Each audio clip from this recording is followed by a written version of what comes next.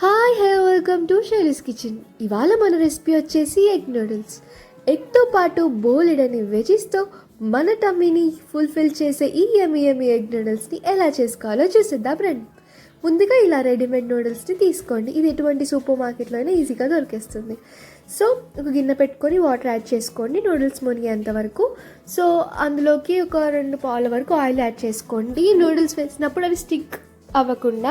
So చూసారు కదా, ఇలాగా ఉడికిపోయిన తర్వాత అదంతా కూడా ఒక జల్లి లాంటిది వేసుకొని ఆ వాటర్ అంతా స్ట్రెయిన్ అవుట్ అయ్యేలాగా దెన్ అందులోకి ఆయిల్ యాడ్ చేసుకోండి. ఆ నూడిల్స్ అనేటివి తొందరగా స్టిక్ అయిపోతాయండి. సో మనం స్టవ్ నుంచి దింపేసినా కానీ అందులోకి ఆయిల్ యాడ్ చేసుకొని ఇవి చూపిస్తున్న విధంగా మొత్తం కూడా మిక్స్ చేసుకోండి, లేకపోతే నూడిల్స్ అనేవి స్టిక్కీగా అయిపోతాయి. సో చూపిస్తున్న వెజీస్ అంతా కూడా రెడీ పెట్టుకోండి. దాని ఒక ముకుడు పెట్టుకొని ఆయిల్ యాడ్ చేసుకోండి.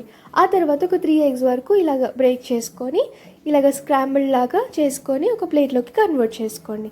దాని ఒక ముకుడు పెట్టుకొని అందులోకి కాస్త ఆయిల్ యాడ్ చేసుకొని చూపిస్తున్న వెజీస్ అంతా కూడా అందులోకి వేసుకొని బాగా సాట్ చేసుకోండి. సో మీకు వేరే వెజీస్ కూడా వేసుకోవాలంటే అవైలబుల్గా ఉంటే అవి కూడా యాడ్ చేసుకోండి. దెన్ అందులోకి ఒక స్పూన్ వరకు కారం యాడ్ చేసుకోండి. దెన్ 2 స్పూన్ల వరకు ఉప్పు యాడ్ చేసుకోండి. కారం ఉప్పు యాడ్ చేసిన తర్వాత ఒకసారి బాగా మిక్స్ చేసుకోండి. సో మిక్స్ చేసుకున్న తర్వాత అందులోకి 2 స్పూన్ల వరకు గరం మసాలా యాడ్ చేసుకోండి. యాడ్ చేసిన తర్వాత ఒకసారి బాగా మిక్స్ చేసుకోండి. ఆ తర్వాత అందులోకి green chilli sauce, red chilli sauce కూడా వేసుకొని ఒకసారి బాగా సాట్ చేసుకోండి.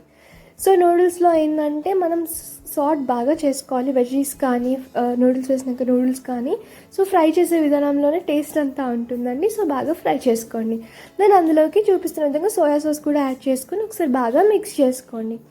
సో ఈ విధంగా మిక్స్ చేసుకున్న తర్వాత మనం కుక్ చేసి పెట్టుకున్నాం కదా నూడిల్స్, అవన్నీ కూడా వెజీస్లోకి యాడ్ చేసేసుకొని ఒకసారి బాగా మిక్స్ చేసుకోండి. చూసారు కదా, ఈ విధంగా నూడిల్స్ని కొంచెం బ్రేక్ చేస్తూ గరిటెతో అలాగా మిక్స్ చేసుకోండి. ఆ తర్వాత మనం పక్కకు పెట్టుకున్న ఎగ్ స్క్రాంబుల్స్ కూడా అందులోకి యాడ్ చేసేసుకోండి.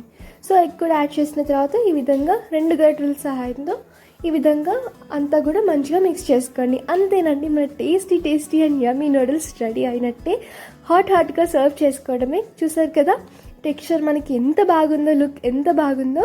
ఖచ్చితంగా మీరు కూడా ట్రై చేయండి, మీకు కూడా నచ్చుతుంది. Do like, share and subscribe. Thank you for supporting. Thank you.